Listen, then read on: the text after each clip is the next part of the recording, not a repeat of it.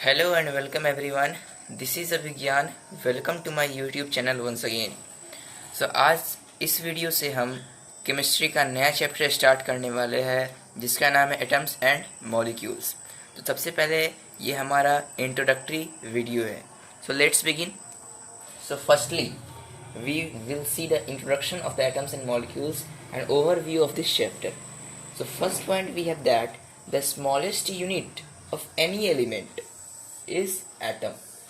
The smallest unit of any element is atom, and atoms are the building blocks of any element. The atoms of different element combined.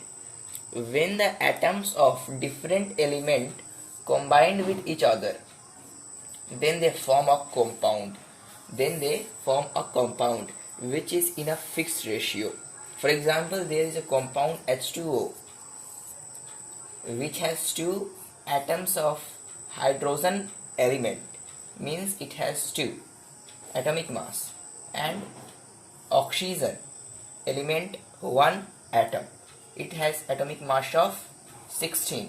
So its ratio will be 1:8. So this compound is in ratio of 1:8. So the compounds are formed in a particular ratio. Compounds are neutral in character. All the compounds that are formed are neutral in character. There are 2 types of charges in any matter, positive or negative. If the number of any charge is equal to the opposite charge of any type, then that type of matter is called, or compound is called, neutral. Now the fourth point is all matters are made up of tiny particles. All the matters are made up of tiny particles, and when these particles combine with each other, they form an element and compound also. Now we will see the laws of chemical combinations. So basically there are 5 laws of chemical combination. So first law of conservation of mass. Law of conservation of mass. In this law, the mass of a reactant and the product are conserved.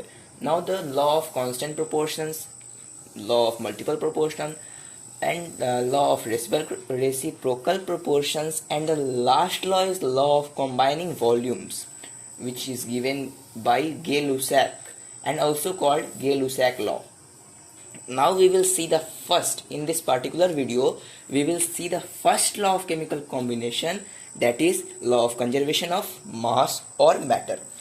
So this law was given by Antoine Lavoisier. So what his statement, that is, during any physical or chemical change, the total mass of products is equal to the total mass of reactants.